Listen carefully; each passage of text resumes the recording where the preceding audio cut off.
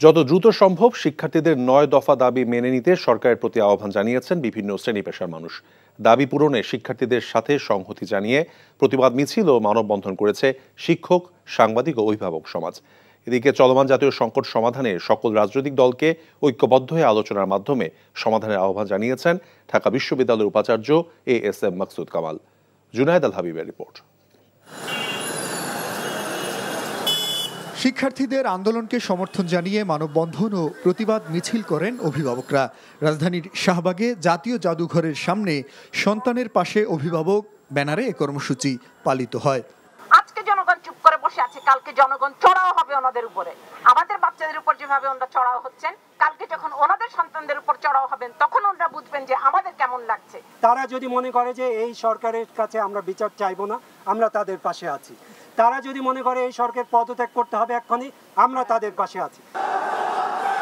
এদিকে আন্দোলনকে কেন্দ্র করে উদ্ভূত পরিস্থিতির জন্য সরকারের পদত্যাগ দাবি করেছেন ঢাকা বিশ্ববিদ্যালয়ের সাদা দলের শিক্ষকরা। বিশ্ববিদ্যালয় এলাকায় প্রতিবাদ মিছিল শেষে তারা এ দাবি জানান। আগামী দিনের যে চলমান আন্দোলন, ছাত্রছাত্রীদের সেই আন্দোলনে যে যার স্থান থেকে অংশগ্রহণ করব। যতক্ষণ না পর্যন্ত সরকারের পদত্যাগ না হয় ততক্ষণ পর্যন্ত এই আন্দোলন সংগ্রামে আমরা আছি, থাকবো।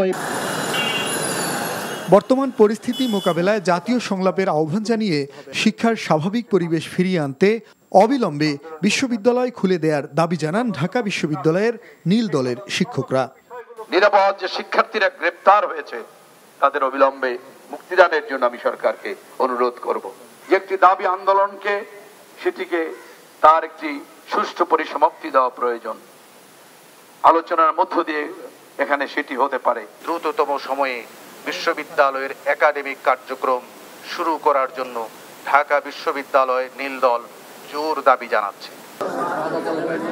বিশ্ববিদ্যালয়ের উপাচার্য অধ্যাপক ASM মাকসুদ কামাল চলমান সংকটকে জাতীয় সংকট আখ্যা দিয়ে সকল রাজনৈতিক দলকে ঐক্যবদ্ধ হয়ে সমাধানের উদ্যোগ নেয়ার আহ্বান জানান।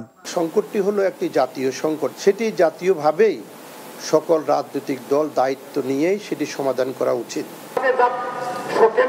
বাংলাদেশ ফেডারেল সাংবাদিক ইউনিয়ন ও ঢাকা সাংবাদিক ইউনিয়নের ব্যানারে সাম্প্রতিক সহিংসতায় হতাহতের ঘটনায় জড়িতদের বিচার দাবিতে জাতীয় প্রেস ক্লাবের সামনে মানববন্ধন করেন বিক্ষুব্ধ সাংবাদিকরা। আজকে ছাত্র আন্দোলন শুরু হয়েছে, এই পরিস্থিতি ঘটাবে সাংবাদিক জনতা মিলে এই সরকারের পতন ঘটিয়ে বাংলাদেশের সরকার প্রতিষ্ঠা করে। বল প্রয়োগ ও গণগ্রেফতার বন্ধ করে শিক্ষার্থীদের দাবি মেনে নেয়ার আহ্বান সবার। জুনায়েদ আল হাবিব, NTV নিউজ, ঢাকা।